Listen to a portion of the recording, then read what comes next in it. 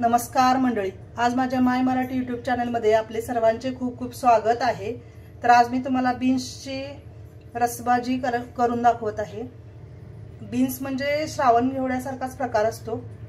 तर हे बीन्स मी 1 वाटी घेतले, कांदा अर्धी वाटी, टोमॅटो अर्धी वाटी, कोथिंबीर अर्धी वाटी, हळद अर्धा चमचा, शेंगदाण्याचा कूट 2 चमचे, कांदा लसूण मसाला 2 चमचे, मीठ 1 चमचा घेतले। आपण चवीनुसार घेऊ शकतो, तिखट मीठ आपल्या चवीनुसार घेऊ शकतो। आमच्यात जास्त तिखट लागते त्यामुळे मी 2 चमचे घेतलेले आहे।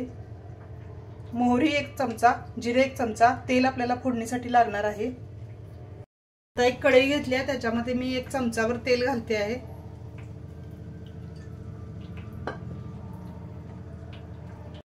तेल तापलेलं आहे, त्याच्यामध्ये मी हे मोहरी घालते फोडणीसाठी, जिरे घालते तडतडायला लागले ते दोन्ही पण। आता कांदा घालते मी, तो भाजायला लागला तर टोमॅटो घालते। कांदा भाजत आहे त्यातच मी हे बीन्स आता भाजायला घालत आहे। बीन्स चांगले भाजलेले आहेत, तर त्याच्यामध्ये आता मी कांदा लसूण मसाला घालते आहे, मीठ घालते आहे, हळद घालते आहे,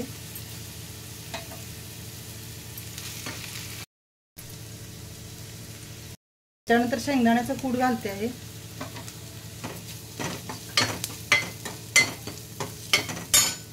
कोथिंबीर थोडी त्यात घालते आहे।